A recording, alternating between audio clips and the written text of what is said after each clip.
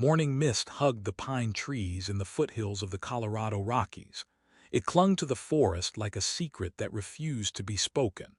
Rebecca Stone stood behind her family's log cabin, her hands buried in the cold earth of a small, struggling garden. The air smelled of wildflowers and sharp mountain frost, and somewhere far off, a hawk cried as if warning the world. Rebecca was 23, worn thin by years of hard living, yet her eyes remained bright. They were deep green, holding both exhaustion and hope. She wore a faded brown cotton dress, the sleeves brushing her wrists as she pulled weeds from the soil. Her auburn hair was braided tight, tied with a ribbon that had seen better days. Behind her, the cabin felt smaller every season. It held memories, but it also held fear. Her father's cough had grown worse. Years of breathing mountain dust while chasing gold had ruined his lungs. Her younger siblings ran barefoot over stone as if hunger had not learned their names yet. But Rebecca knew. She knew the numbers never worked. She knew the debts were growing. She knew predators circled like wolves waiting for weakness. That night the wind pressed against the cabin walls. Fire cracked in the stone hearth. Her father sat close to the heat, his face gray and lined. When he spoke, each word sounded forced. He said she would need to marry someone who could provide. Rebecca did not argue. The truth settled heavy in her chest. Still, something inside her pushed back. She did not want to be traded like grain. She did not want a marriage built only from fear. Later, while the others slept, she sat by candlelight with a borrowed book in her lap. The flame trembled with every draft. The pages smelled faintly of smoke. She read about cities, railroads, and inventions that promised a larger world. She imagined a life beyond split-rail fences and hunger. Then the knock came. Not timid, not rushed, firm and careful like a man who knew where he stood. Her father reached for the old rifle as the door opened.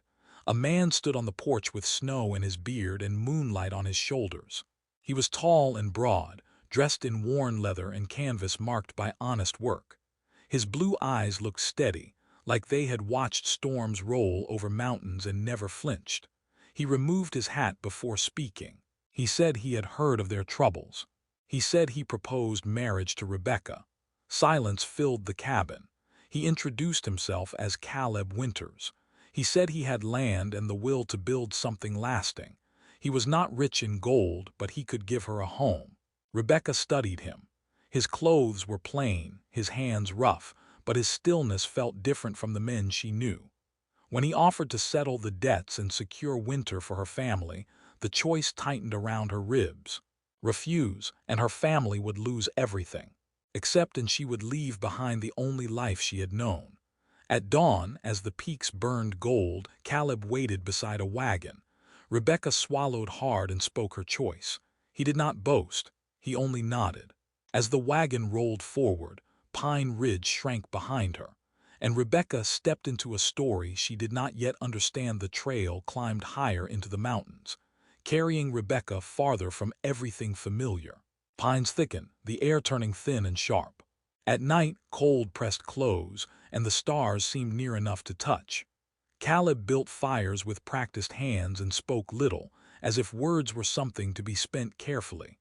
Rebecca watched him when he thought she was not looking. He moved like a man shaped by the wilderness, yet sometimes he spoke with a quiet polish that did not fit his rough clothes. On the fourth day, they reached a ridge where the wind cut clean and strong. Caleb slowed the horses. Below them lay a hidden valley, wide and green. A clear stream ran through it, bright as silver. Aspen trees burned gold along the water, and dark pines stood like guards at the edges. The valley looked untouched, like a secret kept by the mountains themselves. At its center stood a massive lodge of timber and stone. Wide porches wrapped around it. Windows caught the light. Barns and outbuildings stood nearby, built with care and purpose. It was no rough homestead. It was a kingdom hidden in the wild. Rebecca asked what this place was. Caleb answered simply, "Their home, Winter's Lodge." Inside, the lodge felt unreal. The great room rose high, warmed by a massive stone fireplace. Fine furniture filled the space. Paintings lined the walls. Porcelain cups rested on silver trays. Rebecca had never held anything like them. Caleb finally told her the truth. He was heir to the Winters timber empire. Wealth he had hidden to know if someone could choose the man rather than the fortune. Before Rebecca could find her footing, the front door opened hard. A woman entered with sharp eyes and a sharper presence. Catherine. She spoke of boards, contracts, and plans. She spoke as if Rebecca were a mistake to be corrected. That night, the lodge felt less like refuge and more like a gilded cage. By morning, Rebecca heard Catherine judging her worth behind closed doors. Unsuitable, untrained, replaceable, Rebecca did not retreat. She stepped forward and spoke for herself.